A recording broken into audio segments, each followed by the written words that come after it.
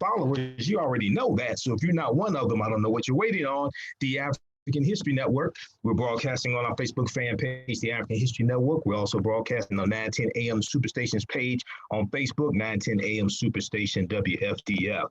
Well, we know the coronavirus has been spreading. We saw the first death was announced on Saturday, the first death in the United States in the state of Washington. We see also in the state of New York, they have their first reported case. We're going to talk about the coronavirus spreads as the U.S. has its first death. We see Trump is frantically trying to minimize the crisis of the coronavirus, and we saw that the world stock market, the financial markets took a beating this past week with the loss of $5 trillion worldwide. Okay, so we're going to talk some about that. We deal with what is the coronavirus also.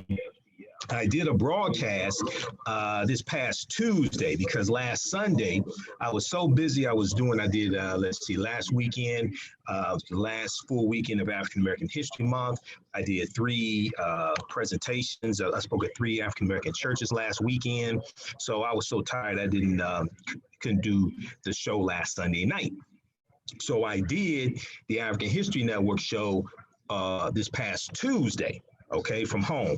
So that's on our Facebook fan page, the African History Network, and my YouTube channel, Michael Imhotep. And I talked about the coronavirus there. And then it got worse day by day. Okay, so we'll give you an update on that. We have some updates coming from the Washington Post. And then we'll talk a little bit about the Spanish flu pandemic of 1918 that killed up to 50 million people worldwide also.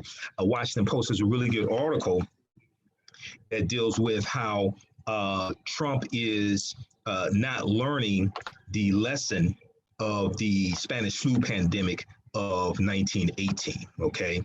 They have a really good article dealing with that. And this is an example of how history is in the headlines, okay? How history is in the headlines and how we see when these types of events happen, we look in history to see how they were handled previously. All right, now, this past Tuesday when I did my broadcast, and we have to get that into audio podcast format also. You know, we have over 1,000 audio podcasts. Visit our website, AfricanHistoryNetwork.com, AfricanHistoryNetwork.com. Click on the link, listen to podcasts. We're on 8 different audio podcast platforms like iTunes, and Stitcher, and CastBox, Acast. So this past week when I did the African History Network show, special edition, Tuesday edition, I talked about how a lot of people, for some reason, are seeing these TV ads from Michael Bloomberg. And because they hear President Barack Obama in the ad or see President Barack Obama, for some reason, they think President Barack Obama is endorsing Michael Bloomberg. Well, not only is he not endorsing Michael Bloomberg, he's not also endorsing the 5 other Democratic candidates that have him in their campaign ads also. So we're going to talk a little bit about that. TheHill.com, let's see, which one was it? Political.com had a really good article about that. And then also I saw an article a couple of days ago from Blavity.com.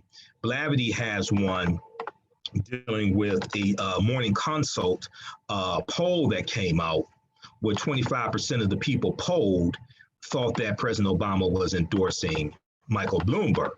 And as I said in the Tuesday broadcast, when you watch the commercials for Michael Bloomberg, the TV commercials, these are old quotes from President Obama. The dates of the quotes are right on the TV screen. They're on the lower left-hand side of the screen, the lower right-hand side of the screen. They're in white font, white type, okay? So if you can't figure out that is not an endorsement, because nowhere in the ad does President Obama say, I'm endorsing Michael Bloomberg for president. He just has quotes, just like the ad that Senator Elizabeth Warren has quotes from 2010, and President Obama is congratulating her on the Consumer Financial Protection Bureau that she spearheaded. So if you can't figure out that that's not an endorsement, from President Obama and the dates of the quotes are right in the ads, then how are you going to be able to figure out a Russian disinformation campaign targeting African Americans like the one they had back in 2016 that worked? Because as we saw, as I talked about this past Tuesday, the Russians are at it again, and they never really left. There's going to be a disinformation campaign also for 2016. Okay, so this is why I tell people read volume 1 of the Mueller report, pages 22 through 40, which dealt with the Russian disinformation campaign coming from the Internet Research Agency. Pages 22 through 40 of volume 1 of the Mueller report. Go to NBCnews.com, click on read Mueller report. Okay, so no, President Barack Obama is not endorsing Michael Bloomberg, and he hasn't endorsed any candidate. Also, this past week, we saw that Congress has passed a law, the House of Representatives has passed a law making lynching a federal crime. This is 65 years after the killing of Emmett Till. Emmett Till was killed August 28th, 1955. So we'll talk a little bit about that because there was over 200 attempts previously to get a federal anti-lynching law. Over 200 attempts, all failed. We saw that there were 3 Republicans who voted against this and 1 independent. The 1 independent was Justin Amash from Michigan, who was a Republican, and because he did the right thing and came out and said that there should be an impeachment inquiry into Trump. He was correct on that. He's wrong on this issue. But we saw that you had 3 Republicans and 1 independent who voted against the anti-lynching law, the federal anti-lynching law. When we look at, so let's see, Friday night, I did a presentation over at Detroit Unity Temple Church, 17505 2nd Avenue, right near Woodward. And that presentation was dealing with, does an amendment give you the right to vote? Does an amendment give you the right to vote? Because as we just concluded African American History Month, we know that this year's annual theme was African Americans and the vote. The annual theme comes from ASALH, Association for the Study of African American Life and History. That is the association that Dr. Carter G. Woodson co-founded September 9th, 1915 in Chicago. We know there's been an annual theme for African American History Month, which used to be Black History Month, which started out as Negro History Week. There's been an annual theme since 1928. This year's annual theme is African Americans and the vote. I just did a broadcast yesterday. So check that out if you didn't see it on the African History Network on Facebook, Michael Imhotep on YouTube, dealing with how Black History Month was never designed to be the only time of the year we study our history, contrary to popular belief. So this year is the 150th anniversary or the sesquicentennial of the ratification of the 15th Amendment of 1870, which was February 3rd, 1870, it was ratified, which guaranteed the right to vote to African American men. So it's interesting that all this is taking place all at the same time. African American History Month, 150th anniversary of that. Then we have the 100th anniversary of the 19th Amendment of 1920, which guaranteed the right to vote for women. And as I stated in my presentation on Friday, nowhere in the U.S. Constitution does it explicitly give anyone the right to vote. The 15th Amendment guarantees the right to vote for African American men. 19th Amendment guarantees the right to vote for women. But nowhere in the U.S. Constitution does it explicitly give anyone the right to vote. So there probably needs to be a constitutional amendment to explicitly give people the right to vote. So we'll talk some about Emmett Till, the anti-lynching bill that passed the House of Representatives. It's named after Emmett Till. We'll talk about that, and then we'll deal with how Emmett Till's murder in 1955 galvanized the civil rights movement, because some people put the beginning of the civil rights movement not with the Montgomery Bus Boycott, which began Monday morning, December 5th, 1955. And that was precipitated by December 1st, 1955, when Rosa Parks refused to give up her seat on that Cleveland Avenue bus in Montgomery, Alabama. And she said that when she was on the bus and refused to give up her seat, she was thinking about Emmett Till, who had just been killed a few months earlier. So we'll deal with how Emmett Till's murder galvanized the civil rights movement. And we know that March 7th is coming up, which is the anniversary of Bloody Sunday, March 7th, 1965, in Selma, Alabama, the Selma to Montgomery March. Now, there was a study that came out, CBS News talked about this past week, AtlantaBlackStar.com had an article about this. Investigation finds several history books are spreading inaccurate information about African-American history to millions of school children. Say it isn't so. This is taking place right now. And we know that the direction that the Texas school system in the state of Texas, the textbooks that Texas and California use, and then also the state of New York, because these are the three largest school districts, the direction that they go, the textbooks they choose set the tone for the rest of the nation. And then also February 21st, you know, the past 2 weeks we dealt with Who Killed Malcolm X, the documentary Who Killed Malcolm X. So actually, you know, last Sunday we went on, the Sunday before last I dealt with on this show Who Killed Malcolm X. This past Tuesday, I did a follow-up because author Carl Evans of the Judas Factor, talked about how he disagreed with some of the theories, okay?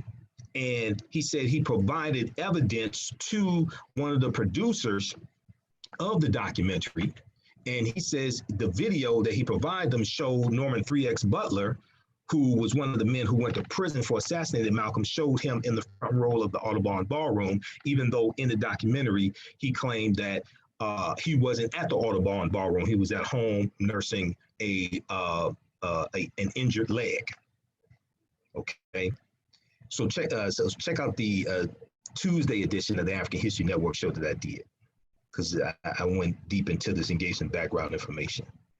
But also February 21st, 1956, during the Montgomery Bus Boycott, and we know that's the month after Dr. King's house was firebombed, which was January 3rd, 1956. But February 21st, 1956, Dr. King and 115 protesters in the Montgomery Bus Boycott are arrested. We'll talk about that as well. We're coming up on a break, 9:10 a.m. the Superstation, the Future Radio. I'm Michael Imhotep, the African History Network show. We'll be back in a few minutes. All right, guys, stand by. All right, yeah, you can go ahead and kill the music. Yeah, I only use it for the intro to the first segment. I don't use that as outro. I don't use any music as outro, so you don't have to worry about the song anymore. Okay. Yeah. All right, guys. Crystal, Cranston, Willie, Yolanda, Anita, Hadia. How's everybody doing? Everybody share this broadcast on your Facebook page. Invite your friends to tune in also. So we're broadcasting on our Facebook fan page, the African History Network, and also on YouTube, Michael Imhotep on YouTube. We'll be back in a couple of minutes here. We're going to talk about the coronavirus. We have some clips here, one of Ali Velshi, we have some from Rachel Maddow's show.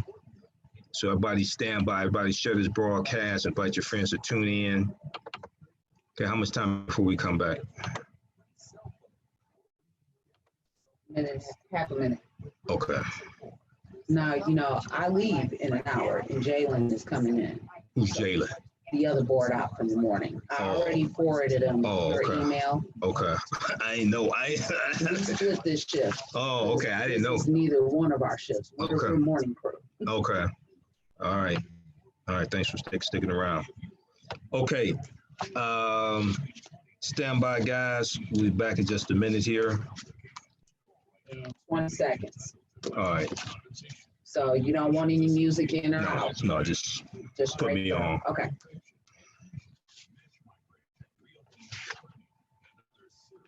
Stand by, guys.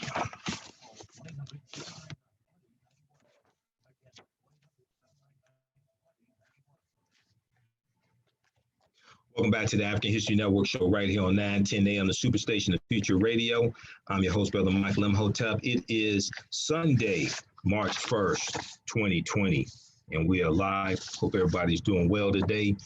Those watching on our Facebook fan page, The African History Network, share this broadcast also, and we're broadcasting on our YouTube channel, Michael Imhotep, Imhotep.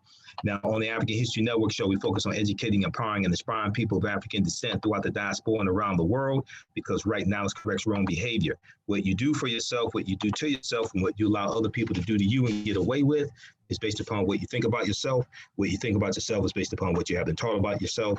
What you've been taught about yourself is based upon everything you've read, heard, and seen about yourself. So when you control the radius of a man's thoughts, you can control the circumference of his actions, because the mind can't do but teach what it doesn't know. Now, we deal with a number of different topics here on the show. We deal with current events and history, politics, education, economic empowerment, entrepreneurship, love, sex, health issues, and much, much more. Sign up for our email newsletter. Text the word Kemet, K-E-M-E-T. Text the word Kemet, K-E-M-E-T, to 22828 to sign up for our email newsletter. Also, go to our website, AfricanHistoryNetwork.com, AfricanHistoryNetwork.com. Sign up for our email newsletter there as well. Okay. And if you like this type of information, you can donate to the African History Network, $, the AHN show through Cash App, $, the AHN show through Cash App, or paypal.me/the AHN show, paypal.me/the AHN show.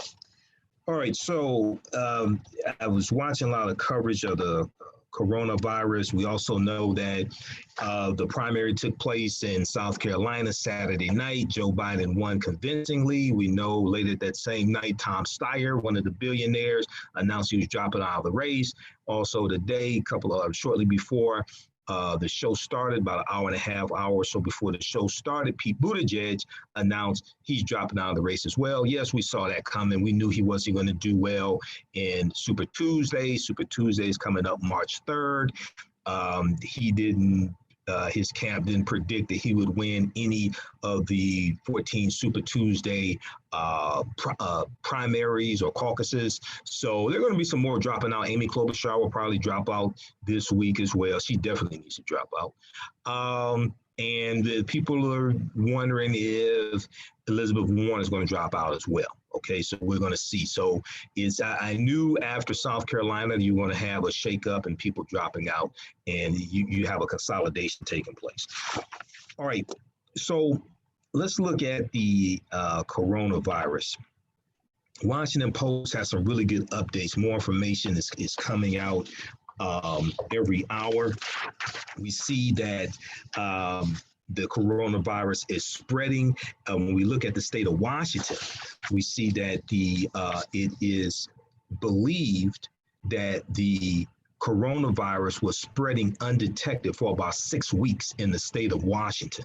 The state of Washington is where the first U.S. death was reported this weekend. Now, genetic analysis suggests that the causes are linked through community transmission, and that this has been going on for weeks with hundreds of infections likely in the state of Washington. Now, 2 new cases were confirmed in Washington State's King County on Sunday, March 1st, 2020, bringing that state's total to 8. Rhode Island also announced its first probable case this past weekend. If confirmed, it will be the second on the East Coast after a previously announced case in Massachusetts. The Rhode Island patient is in his 40s and had traveled to Europe in mid-February. Now, the global death toll is climbing toward 3,000 on 4 continents. The first U.S. death in the state of Washington was a man in his 50s with underlying health conditions, officials said. The patient had no recent travel history or contact with people known to be infected, officials said. Now, officials in the Seattle, Washington area are monitoring a possible outbreak at a long-term nursing home. The elderly are considered to be especially vulnerable to infection. One patient is a healthcare worker in her 40s who was in satisfactory condition according to state health officials. The other, a resident in her 70s, is in serious condition. Now, earlier on Saturday, February 29th, we know this is a leap year, right? Earlier on Saturday, February 29th, the Trump administration outlined new travel restrictions affecting Iran, Italy, and South Korea in response to the outbreak. And Donald Trump said he was considering further restrictions across the southern borders. So some of you all saw the press conference that was done on Saturday. Some of you all saw the debacle of a press conference that happened this past Wednesday. As the stock market continued to slide, Trump is trying to bolster the stock market, trying to be responsible, right? But when we go and look deep into this, we see that there have been numerous cuts to the CDC, numerous cuts to various administrations that deal with a crisis like this. For instance, Fortune.com has an article from February 26. Trump administration budget cuts could become a major problem as coronavirus spreads. This is from Fortune.com. The Trump administration recently requested $2.5 billion in emergency funds to prepare the U.S. for a possible widespread outbreak of coronavirus. Critics, though, are pointing out that money might not be necessary if the administration had not spent the past 2 years. If the administration had not spent the past 2 years largely dismantling government units that were designed to protect against pandemics. The cut started in 2018 as the White House focused on eliminating funding to Obama-era disease security programs. Let me repeat this.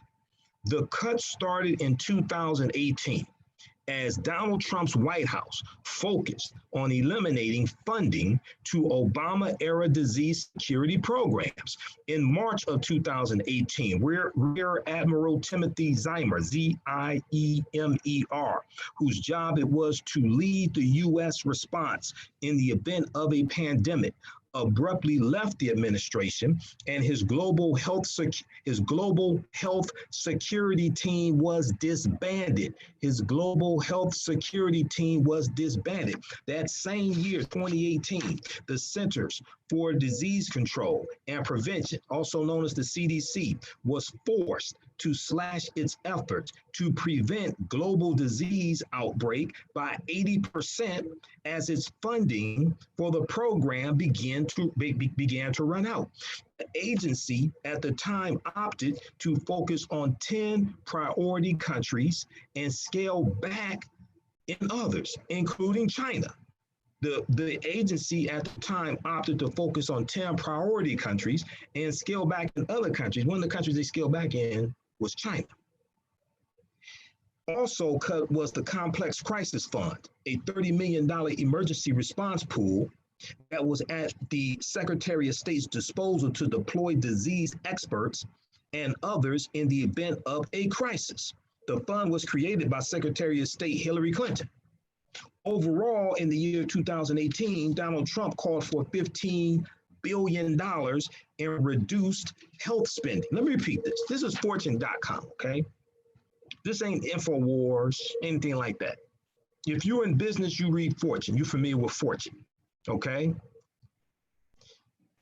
Overall, in 2018, Trump called for $15 billion in reduced health spending that had previously been approved as he looked at increasing budget deficits, cutting the global disease fighting budgets of the Center for Disease Control, National Security Council, the NSC, Department of Homeland Security, and Health and Human Services in the process. The effects of those budget cuts are being felt today. While the CDC announced plans to test people with the flu-like symptoms for COVID-19 or the coronavirus, those have been delayed in only 3 of the country's 100 public health labs have been able to test for coronavirus at the time of this article on the 26th, February 26th, it was just a few days ago. The administration's request for additional funding came roughly 2 weeks after officials said HHS, Health and Human Services, was almost out of funding for its response to the virus. The cuts could be especially problematic as COVID-19 continues to spread.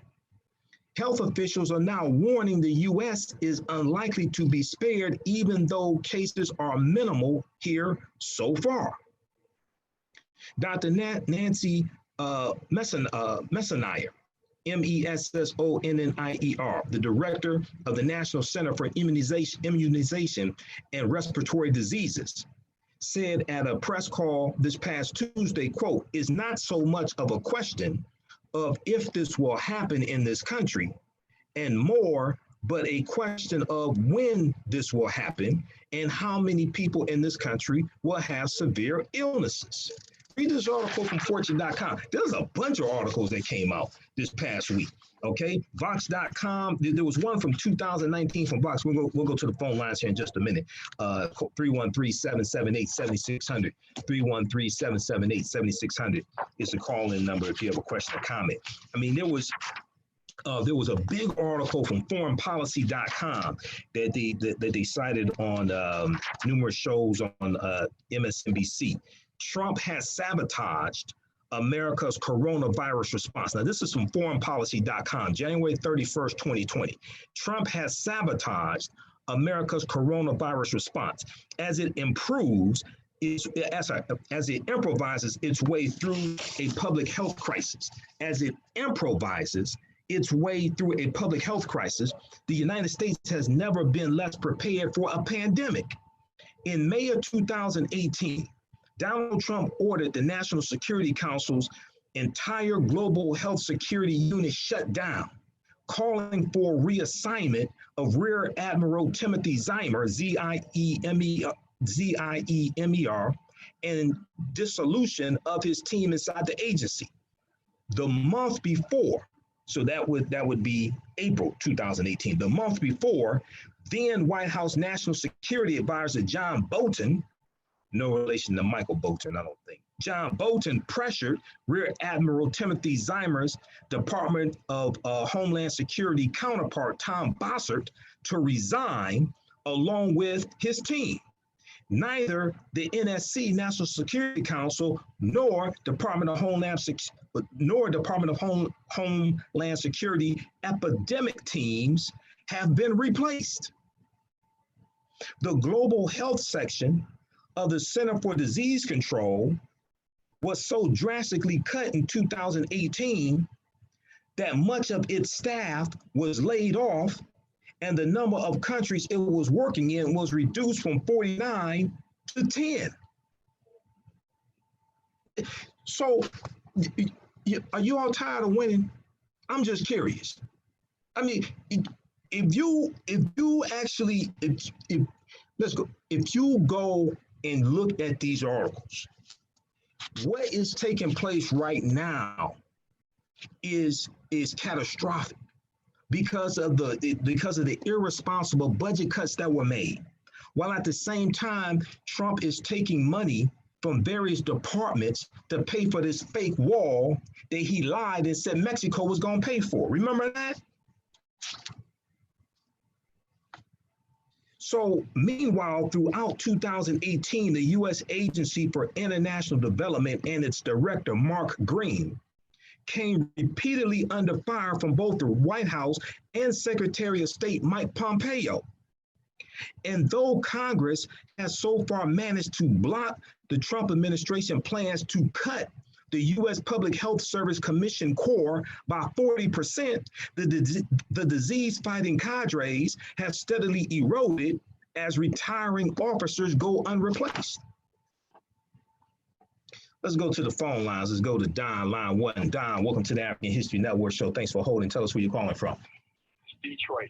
Detroit. Not a power when you bringing it. Oh, thank you, brother. And also, I want to know the three names of the three senators that didn't vote for the Emmett Till bill. Okay, they're in the House of Representatives, not the U.S. Senate. Just one second here. I'll give that to you. One was Louis Gohmert of Texas. We figured he wasn't. Louis Gohmert is an idiot.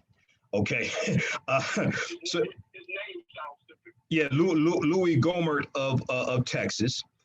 You have Ted Yoho of Florida, YOHO.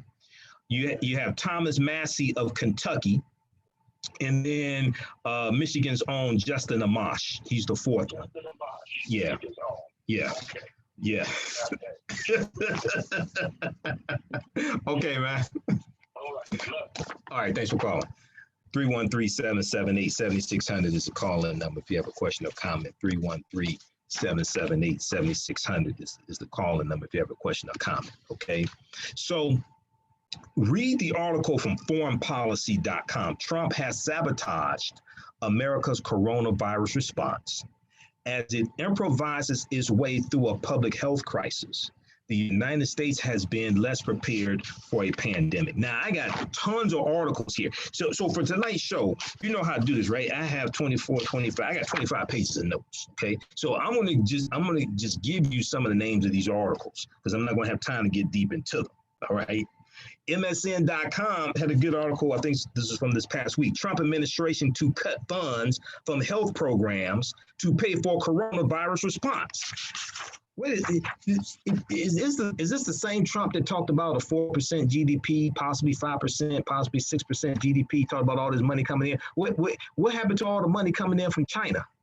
Because China is supposed to be paying so much money in tariffs. And he said, we got money coming in from China for the tariff. It's like, come on. It's like, hold on. All the lies are catching up with them now. All the lies are catching up with them. The Trump administration will pay for the coronavirus response in part by cutting funds from other health programs, including one that pays for heating and cooling assistance for the poor. This is like, it's like you're gonna pay for gas for your car, but not paying your car insurance or the car note. All right, so this past week, Ali Velshi on Velshi and Rule. Well, actually, Ali Velshi on, I don't think this was Velshi and Rule. I think this was on his show, Velshi, Ali Velshi. He dealt with the coronavirus to give some background information on it, dealing with what exactly is the coronavirus, okay? And we're going to go to this clip here in just a minute. What is the coronavirus and what are the symptoms? Ali Velshi takes a closer look at symptoms of the coronavirus and how it compares to other major respiratory diseases. Let's go to this clip. And then when you play the clip, if you could turn up in here so they hear it through Facebook. So the corona refers to these crowns. Looks like a crown that you're looking at it. It affects the respiratory system. Now is one of 7 coronaviruses that are known to infect humans. In order for them to hear it, I gotta turn your mic off. Infect animals, bats, cats, birds. No one knows precisely where this particular virus came from. Now, the CDC says symptoms can include fever, cough, and shortness of breath. Some people experience mild symptoms. Others suffer from a severe illness that could lead to death. The CDC believes the symptoms may appear anywhere between 2 and 14 days after you're first exposed to it. COVID-19 can, as we just mentioned, be asymptomatic, meaning someone can be infected and not display any symptoms at all. The virus can spread from person to person, which has caused big worries about the rapid spread of the disease in public places like transportation hubs, sports stadiums, casinos, things like that. Scientists estimate that without effective containment measures, someone with coronavirus could, on average, infect between 1 and 4 people. Now, compare that with the seasonal flu, in which someone with the flu tends to infect roughly 1 to 2 people. So the rate of infection, in fact, is greater with coronavirus. Chinese researchers looked at more than 72,000 cases of COVID-19 diagnosed through February 11th, and they found that most people experienced mild symptoms, but many of the people who died were either elderly or were critically ill with chronic conditions like a heart disease or diabetes. Chinese researchers estimate that the mortality rate for COVID-19 is 2.3%. That means just over 2% of people infected will die. The mortality rate for the seasonal flu is much lower than that. It's 1/10 of 1%. Both are much lower than the nearly 10% death rate for SARS and 34% for MERS. Would a broker convention be damaging? Okay. All right. So that was from Ali Velshi, MSNBC. That's from February 27th, 2020. What is the coronavirus and what are the symptoms? All right. So as this virus progresses, and this past week, we saw a number of corporations cancel travel for their employees. We saw various conferences and things like this being canceled as well. We're going to see more of this coming up this week. Let's go back to, I want to go back to the live updates from the Washington Post. How's everybody doing on our YouTube channel who are watching us? Michael Imhotep, IMHOTEP. On YouTube. Everybody share this broadcast on your social media platforms also. Okay, now we saw earlier in the week, February 27th, we saw the breaking news story that ties into a whistleblower. U.S. workers without protective gear assisted coronavirus evacuees, HHS whistleblower says. Okay, and here you have another instance of a whistleblower. And a lot of people are talking about the way the Obama administration handled the Ebola crisis and how they were much more prepared, et cetera, and the unpreparedness of the Trump administration, okay, when it comes to the coronavirus. All right, I want to go back to, let's go back to the live updates here from the Washington Post, because so much is coming in. They have live updates right on the homepage of Washington Post. And then, yes, so just updated 9:33 p.m. Eastern Standard Time. Okay. And then also, if you go to NBCnews.com, they have live updates there. We'll go to the phone line in just a minute. New York Governor Andrew Cuomo, this just in from the Washington Post, New York Governor Andrew Cuomo confirmed the state's first case of coronavirus Sunday night, March 31st, 2020, announcing that a woman in her late 30s contracted the virus after traveling to Iran. Donald Trump on Saturday extended a travel ban on Iran to apply to any foreign nationals who had been in that country over the past 14 days. Now, around the same time on Sunday, the state of Washington reported its second death in King County. Its second death in the state of Washington in King County, which is also the second death in the United States. The total number of cases in the county, which is where Seattle is located, is now 10. The total number of cases in King County, which is the county where the city of Seattle, Washington is now 10. Now, the novel coronavirus has probably been spreading undetected for about 6 weeks in Washington state, where the first U.S. death was reported this weekend. A genetic analysis suggests that the cases are linked through community transmission and that this has been going on for weeks, with hundreds of infections likely in the state. So this coming week, you're going to hear about a lot more confirmed cases. We know the global death toll is climbing toward 3,000 in 4 continents. The first U.S. death in Washington, the state of Washington, was a man in his 50s with underlying health conditions, officials said. The patient had no recent travel history or contact with people known to be infected. Okay, now, 4 new cases, if we look at some of the latest developments here, 4 new cases were confirmed in Washington state and King County on Sunday, including 1 death, bringing the state's total to 10. Rhode Island also announced its first probable case. The White House has scrambled to gain control of a rudderless response defined by bureaucratic infighting, confusion, and misinformation. Quote, "It's complete chaos," end quote, one senior administration official said. Well, you're dealing with Donald Trump, would you? I mean, come on. I mean, Donald Trump has waged war against scientists. So what did you expect? Look, this guy, I guess they tried to find a president who was dumber than a 5th grader, because that's what you got with this one.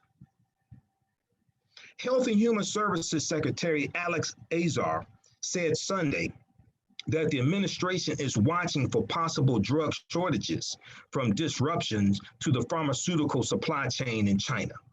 New cases have been announced in the Middle East as governments there try to control the spread. The FDA, Food and Drug Administration, expanded coronavirus testing by speeding up hospitals' abilities to test, though some worry that the changes fell short. The number of confirmed cases is likely to increase given the expansion in testing. Now, if we look at the second U.S. coronavirus death confirmed in the state of Washington, the second person in the U.S. has died due to the coronavirus. Health officials in Washington state confirmed Sunday as they announced new cases in the Seattle area. The news comes one day after officials in Washington state confirmed the first U.S. death. Both fatalities occurred in King County. Okay, so let's see. Let's go to, all right. Governor Jay Inslee on Saturday, governor of the state of Washington, declared a state of emergency as more than 231 Washington residents remain under public health supervision. The state has 13 confirmed coronavirus cases overall, the majority in King County. In Texas, they have a quarantine patient who was released. Quarantine patient in Texas was released, but later tested positive. Officials with the Center for Disease Control and Prevention are retesting a patient they discharged from isolation at a Texas medical facility after the person spent several hours in the general public and later tested positive for the coronavirus. The patient, who had been quarantined for weeks after returning from China's Wuhan province, tested negative for the virus twice and was not showing any symptoms while being quarantined at the Texas Center for Infectious Disease in San Antonio. The CDC released the person to a local hotel on Saturday, but had to retrieve the person hours later when a third test sample was, quote, determined to be weakly positive, end quote, according to a CDC news release. Quote, out of an abundance of caution, CDC decided to bring the individual back into isolation, end quote. Local health officials, including the San Antonio Metro Health Authority, are now tracing the patient's steps and interactions. The incident realized the worst fears of Bexar County, BEXAR, and San Antonio city officials, who raised concerns with federal officials after the first flights from China and the Diamond Princess cruise ship landed at Lakeland Air Force Base early last month, and patients were taken to area hospitals. So now I posted an article that got about 6,000 likes. This is from the New York Post. This is from February 20th, 2020.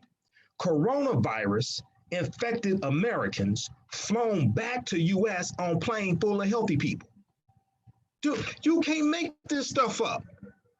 Wait a second. The people infected with the coronavirus were flown back on a plane with about 300 healthy people. What do you think is going to happen? If you ever been on a plane, you know you're in an enclosed environment. Ain't like you got the window open on the plane, okay? The 14 coronavirus-stricken Americans evacuated from a cruise ship in Japan were flown back to the U.S. on a plane full of healthy people against advice from the CDC, a report said Thursday. The people at the Center for Disease Control are saying you don't want to fly these sick people on a plane full of healthy people back to the U.S. The Trump administration overruled them. Let's go to John, line 1. Hey, John, what's wrong with your president, John?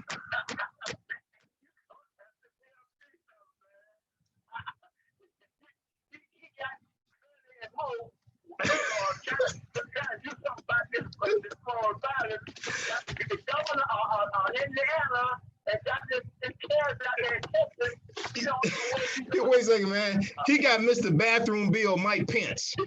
Mike Pence was the governor of Indiana. Mike Pence botched there was a spread of HIV, and he was reluctant to implement this needle exchange program. But this is the same Mike Pence who signed into law the transgender bathroom bill in the state of Indiana. But this is what happened. There was so much public outcry over the bathroom bill. The NCAA canceled games, the championship games, they canceled that. You had conventions that were threatening to cancel in the state of Indiana because of the bathroom bill. There was so much financial pressure put on them. You had corporations coming out against them that within a week, the state legislature signed it. The state legislature changed the law, and Governor Mike Pence was forced to sign the new bill in the law. He did a press conference about this. This is your vice president. Dude, this the gang that can't shoot straight, man. This is like the Three Stooges. This is like the Three Stooges and the Little Rascals, man, running the government.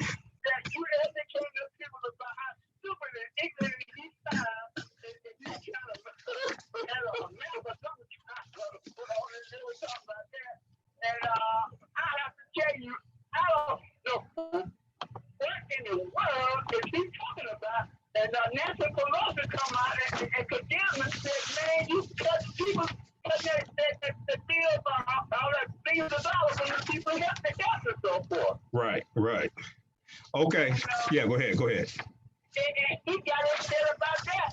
Like they were political, they were making a political game out of this. Come on, Nancy Pelosi was.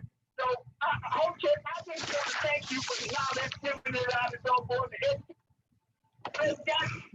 Yep. You're breaking up. Chuck ain't educated at all. All right, John. Thanks for calling. Okay. All right. Thanks. So this past week, we saw the Dow Jones Industrial Average plunge 12.4% or 3,583 points as investors' fears and uncertainty about the potential economic fallout from the coronavirus built to a crescendo. There's growing concern that the steep market losses and mounting death toll from the outbreak will trigger broader alarm, prompting American consumers to rein in their spending. Beyond just canceling vacations and cruises, for a decade, consumer spending propped up not just the U.S. economy, but the global economy, keeping factories around the world humming and giving U.S. business owners optimism. But the momentum of the fear is a powerful force in the markets and the broader economy. About half of Americans have money invested in the stock market, often in the retirement plan that baby boomers are now tapping into, and even those without market exposure are often influenced by big drops. Coronavirus has also caused significant supply chain disruptions affecting toys, medical equipment, auto parts, and smartphones from China, none of which will be easy to smooth out even if the virus ebbs within a month or two. The twin blows to consumer confidence and supply chains have significantly raised the chance of a recession, according to economists. Now, Edward Hussaini, Hussainy, is an analyst at Columbia Threadneedle Investments. He said the odds of a recession are roughly a coin toss, and that's exceptionally high. Conferences are getting canceled. Corporations are asking people to work from home. Schools are getting closed. That is a massive hit to demand, okay? Check out the live updates from Washington Post. Also, New York Times has live updates as well as NBCnews.com, NBCnews.com. Let's go quickly back to the phone lines. Let's go to Wilson, line 1. Hey, Wilson, we're coming up on a break, but we're going to go ahead and squeeze you in here. Welcome to the African History Network show. Thanks for holding. Tell us where you're calling from. Detroit. Good evening, Imhotep. Hey, how's it going? I'm trying to be brief. Your break is coming up. You know, I'm not a conspiracy theorist, but I am one who deals with typical things is always with typical reality. I feel this is more than a coincidence. I mean, any amateur would know that you don't put infected people in Well, you see, you trying to use logic. You're trying to use logic, man. You ain't supposed to be using logic. You're supposed to use your gut.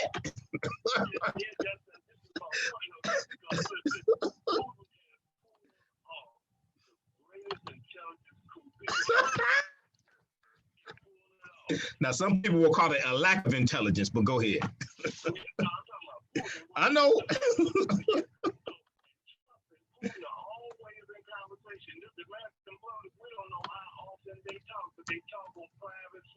Is it on his cell phone? He calls world leaders on his own personal cell phone.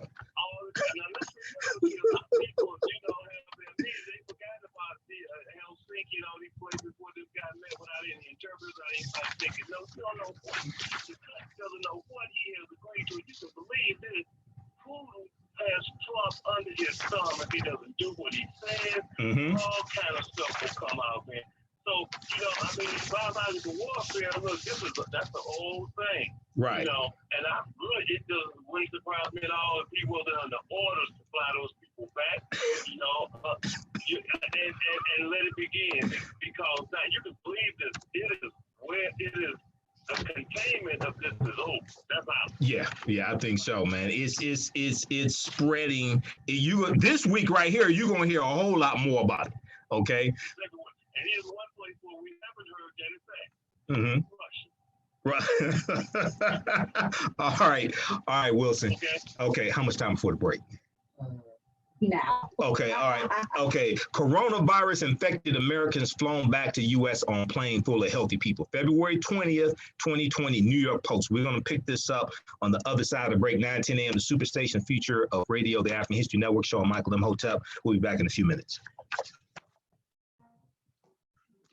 All right, stand by, guys. And do me a favor, Fer, can you turn that down in here during the break, please? Okay, guys, stand by. So what we'll do is when the show's over with, I'll post all the links to these articles in the description of the show and on the thread of the broadcast, all this stuff. Because during the show here, the breaks are so short. And I left my mouse at home, my wireless mouse at home also. So I'm limited. So we just posted this. We posted this here on YouTube. We'll post these other ones. We'll post these other ones here. All right. Let's see here. How's everybody doing? Also, you could. Did you turn it down in here? Yeah, just turn it down. Thanks. Okay. You can also donate to the African History Network, $, the AHN show through Cash App, $, the AHN show through Cash App, paypal.me/the AHN show, paypal.me/the AHN show. When we come back, I want to get to this article from New York Post. We got another clip here from the Rachel Maddow show we'll get to. Then I want to get into these other topics. No, President Barack Obama is not endorsing Michael Bloomberg or anybody else who's running, even though 6 Democratic candidates are using President Barack Obama in their various campaign ads. So why people can't figure this out, I don't understand this. Also, Congress makes lynching a federal crime 65 years after Emmett Till was killed. Okay, it's the Emmett Till bill. We'll talk about that. And an investigation finds several history textbooks are spreading inaccurate information about African American history to millions of school children. Okay, we'll deal with that in the second hour of the African History Network show. This whistleblower case, U.S. workers without protective gear assisted coronavirus evacuees, HSS whistleblower says. This is huge. This is another huge whistleblower case. And the Trump administration has screwed this one up as well. Okay. Washington Post has some good fact checking on the Wednesday press conference that Trump gave. That was a debacle of a press conference. 36. Okay. Fact checking President Trump's coronavirus news conference. Okay, I'll give you a little bit of that when we come back from the break. I got 25 pages of notes, so I'm trying to get through this. We'll probably do another broadcast Monday so I can get through some information I can't get through here. And then when you see the cuts that Trump has made to the various health departments, the CDC, things like this, it's ridiculous. Welcome back to the African History Network show right here on 910 AM Superstation Feature Radio. I'm your host, Brother Michael Imhotep. It is Sunday, March 1st, 2020. We are live broadcasting on our YouTube channel, Michael Imhotep, IMHOTEP. Our Facebook fan page, the African History Network, the African History Network. We're also broadcasting on 9:10 AM Superstations Facebook page as well. So follow us there. Okay, so right before the break, we were talking about the spread of the coronavirus in the U.S., but also some other countries, but specifically the U.S. We were talking about also mistakes that the Trump administration has made in handling this, cuts to the Center for Disease Control and other health agencies as well that the Trump administration has made for the past 2 years, the war that Trump has declared on scientists as well the past 2 years. All of this is coming to a head. All of this is coming to a head. And this has real life consequences also. That's the other thing. So the New York Post has an article I posted on our fan page a few days ago. Got about 6,000 likes. Coronavirus infected Americans flown back to U.S. on planes full of healthy people. Okay, now even a third grader knows better than to do something like this. If it was 14 people who had the flu, you wouldn't fly them on a plane full of healthy people. You wouldn't even put them on a Greyhound bus. You wouldn't do something like that. The 14 coronavirus-stricken Americans evacuated from a cruise ship in Japan were flown back to the U.S. on a plane full of healthy people against advice from the CDC, Center for Disease Control, because they work with diseases, and sick people know about this stuff.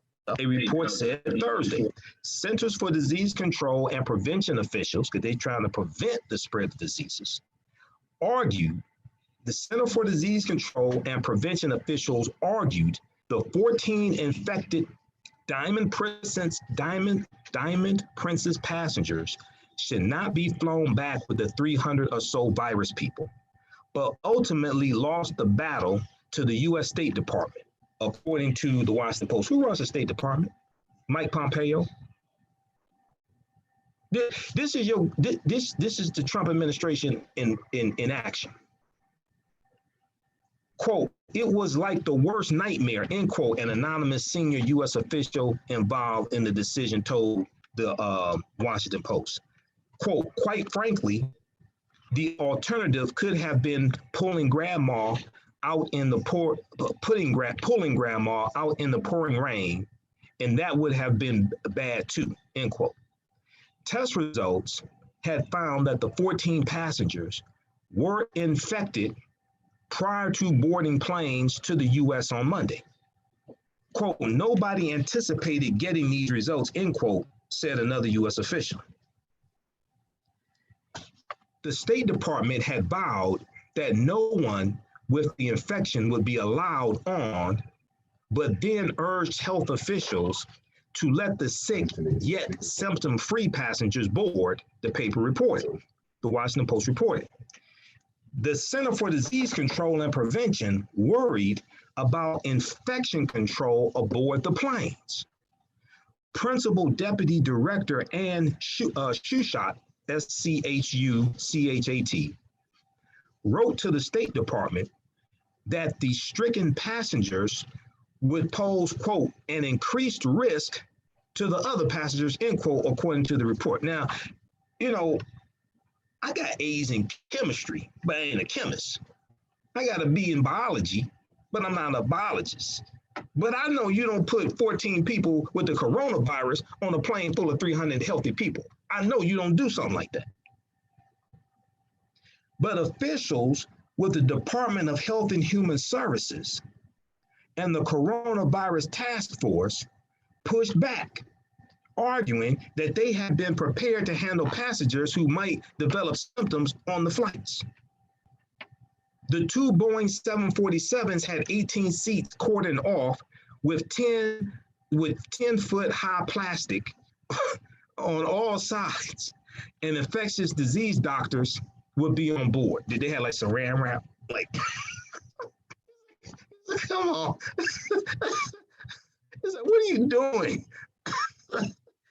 The two Boeing 747s had 18 seats cordoned off with 10-foot high plastic on all sides and infectious disease doctors would be on board. William Walters, director of operational medicine for the State Department, said the 14 people were already in the evacuation pipeline and protocol dictated they should be brought home according to the report. Why didn't you just put them on a plane by themselves? I'm just asking. Because look, I fly a lot, right? If you tell me that, hey, Michael, look here, we're gonna put you on the next plane going back to Detroit because there's gonna be 14 people on this plane with the coronavirus. You want to ride now or you want to wait a few hours? I'll wait. You look, no, I'll wait. No, go ahead, take my seat. I'll wait 10 hours. No, I don't want to be on the plane with 14 people with the coronavirus. I know you got saran wrap all over there, but no, I ain't gonna be on that plane. No. Which bathroom did they go to? Did they go to a separate coronavirus bathroom on the plane, or did they go to the bathroom everybody else used? I'm just asking. The State Department revealed that the 14 evacuees had tested positive for the virus about an hour before the planes landed in California and Texas. Other passengers were enraged that they had not been told about the risk. This is the State Department. People want the white president so badly. They want a white man to be president so badly. Look what you got. Okay, we tried to tell you. Black people told you he was crazy. You didn't want to listen to us. Okay, whatever. Coronavirus infected Americans flown back to U.S. on plane full of healthy people. February 20th, 2020, New York Post. Read this article. Okay, this thing. Okay, whatever. We try to tell you. Then go read the article from foreignpolicy.com that Trump has sabotaged America's coronavirus response. As it improvises its way through a public health crisis, the United States has never been less prepared for a pandemic. Okay, let's see, let's look at this other one here. Vox.com, oh, this is a good one from Vox. This is from October 29th, 2019. A crucial federal program tracking dangerous diseases is shutting down. Who was president in 2019? You can't blame this on Obama. I'm just telling you. Because like you remember when Trump was running in 2016, he blamed stuff on Obama that took place in 2007. President Obama wasn't even in office. You remember stuff like that, right? A crucial federal program tracking dangerous diseases is shutting down.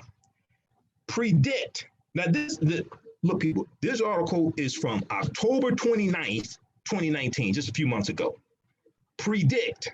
A pandemic preparedness program is called, the name of it is called Predict, Predict.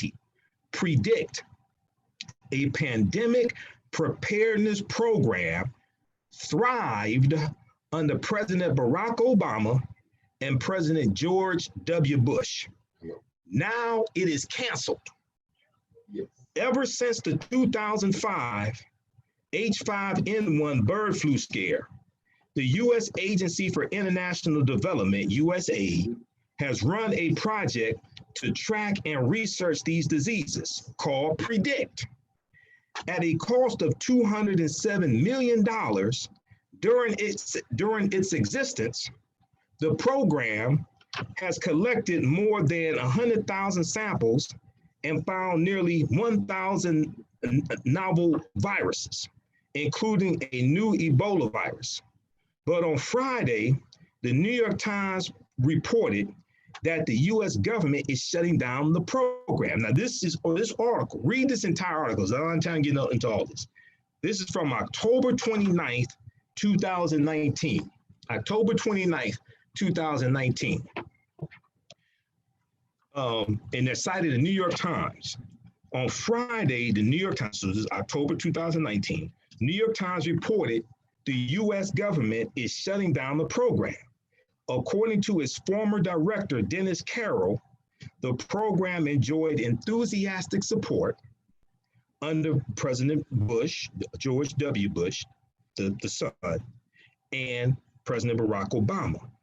But, quote, things got complicated, end quote, in the last few years until the program, quote, essentially collapsed, end quote. So read that full article. That's from Vox.com. All right. Then I was reading an article from National Geographic from a few years ago dealing with the 1918 flu pandemic that killed 50 million people. This originated in China. All right. Washington Post has a good article dealing with this. We'll go to that in just a minute here. Let me see. Looking at some of these, I'll skip it over there. Okay. US NBCnews.com this past week reported US companies will see zero growth this year because of coronavirus, says Goldman Sachs. Fears about the epidemic have pushed the Dow Jones Industrial Average into correction territory. We know the Dow Jones lost 12% of its value this past week. And then let's see, New York Times reported U.S. health workers responding to coronavirus lacked training and protective gear, whistleblower says. This ties into this whistleblower. You're going to hear more about the whistleblower complaint this coming week. Okay, this stuff is serious. All right, let's go back to the phone lines. Let's go to Theo, line 1. Theo, welcome to the African History Network show. Tell us where you're calling from. Okay, this is Theo Broden of Hood Research. That's right, absolutely. Okay. I wanted to share with you that last week on the MSNBC, they reported that one of the cruise ships, and the one traveler called his friend, who is a member of Congress in Washington, D.C. The friend in Congress knows Donald Trump very well. The request was that they get off the ship. This man was trying to be quarantined in the beginning. So Congress called Donald Trump, and Donald Trump ordered the cruise ship be brought in, they be brought off. That's supposed to be the mystery of the woman in Northern California. They didn't know how she got. Oh, the one who died? Wait. Northern California. Okay, she's sick. Okay, This woman in Northern California had to come outside. They okay. did not know how she got. Right. So what has finally come out is that when Donald Trump ordered the ship in, and these people got off, there was health. To help the folk, and this mystery woman is a health worker as well. Okay. It's infecting people all around Northern California because of Donald Trump. What was that? The Diamond Princess cruise ship? That the one that came in Northern California? It came in. I'm not exactly sure, so I'm gonna say I'm not exactly sure. I know the Diamond Princess cruise ship is a cruise ship in question, but okay, I'll research that some more. It was last week on MSNBC. Well, okay. And I think it was Rachel Maddow. But anyway, I watched several of those shows. Right, me too. Secondly, there are quarantine airplanes that are only for patients. So why weren't they using any of the quarantine airplanes? I don't. It was designed and built for. I don't understand why you would put 14 people with the coronavirus on a plane with 300 healthy people. I don't understand that. When you have an alternative as well. Hey, I know when I fly Southwest Airlines, they say, well, okay, look, we'll give you some vouchers if you give up your seat to somebody else. You don't have to give me any vouchers. I'll give up my seat. You can go ahead and have my seat. You put me on, I'll fly 5-6 hours later. I'll just wait. You don't have to convince me. All right. Oh, Lord, it's ridiculous. What about a minute with that man? Absolutely. The other issue okay. Right here at home. I'm going to go to clip 2 next. For an absentee ballot. So absentee ballot. Know in advance what was going in. Do you know they have 15 people on our ballot? 15 15 people who marched the 10th battle. Okay, now 15 is not running for president. Not 15 people running for president. Is it? I'm sorry, yeah, those are only candidates on the And 15 people running for president on our ballot. not in the running. Who's not in the running? Many of them are not in the running. We got what, 6 left? Okay, yeah, well, yeah, some of them dropped off, and it may have been, I don't know what the cutoff date was to change the ballot. I'm not sure. I can't blame the clerk for following the law. Right. She's supposed to send out ballots 45 days in advance. Mhm. And you know, wants to ask the ballot 45 days in advance. You have to do that. Mm-hmm. But it's a faulty law. Yeah. Yeah. Because there are many people who are going to be confused. And you may say, well, Kamala, no, she's not still on the ballot. Yeah, she's not on the ballot. Yeah. You know, and there are a number of them who are not still in the running, but their names are still on the ballot. Well, hopefully people will be educated and not vote for people who are not on the ballot. I mean, hopefully people will be educated. You know, so we know in Michigan we vote March 10th. Okay. So everybody get ready for that, and you can do absentee voting if you can't make it there. They can vote now, right? Yeah, they can vote now. Mm-hmm. Yep. To take care of those who want to vote in advance. Mm-hmm. I vote at the location, but I send for an absentee ballot so that I can study what's on there. Okay. And the 15 people who are not in the running, there's only 6 now, I think. And that request, they're inundating us with these kicker cards. I'll vote for the DIA. I wouldn't vote for the DIA if it was the only art institute on the planet. Yeah, the Detroit Institute of Arts. They told the Detroit Institute of Arts, people told us 10 years ago, we're going to ask you for a millage one time. Right. Elected for 10 years, we will not ask you anything else. Now here they come again. Want money. They get people who donate thousands of dollars to the DIA. Right. They have hundreds of volunteers at the DIA, and they have workers who are underpaid at the DIA. I don't want to give them a dime, and I'm telling everybody else to vote no. Okay. Plus, when they had this make-believe bankruptcy in Detroit, they underappraised the DIA. They didn't even The art, you're talking about the art there. yes. Okay, underappraised it, yeah. The value of the DIA. Yeah. They didn't include, they tell me they didn't include the single out schools outside, didn't include the building, and didn't get, include the, Rivera, what is it, Rivera, the Okay. building that's there, which is worth millions. They didn't include, other things they did not include in the value of the DIA. Right. Hey, Theo, I gotta run. People in the community. Okay, thanks for calling. All right, let's go to this second clip here. This is from the Rachel Maddow show, February 27th, 2020. Trump gives incoherent briefing on coronavirus, contradicts CDC. So this was the briefing he did on Wednesday. Let's go to this clip. We will definitely have new cases, but as far as I'm concerned, we're only at 15. Basically, it's going to be 5 every day. Here, turn it up in here so they can hear the Facebook. We'll be pretty close to 0. We're already almost at 0. You're doing a good job, right?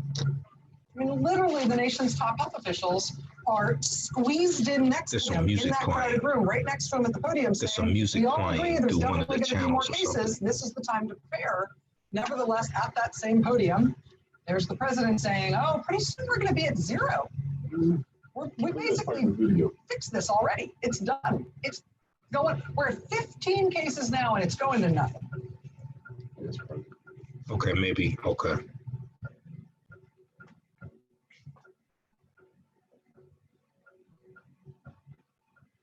Watching this very unusual briefing tonight, it was a little bit like there were 2 different stories being told, even from the same podium, even at this one event.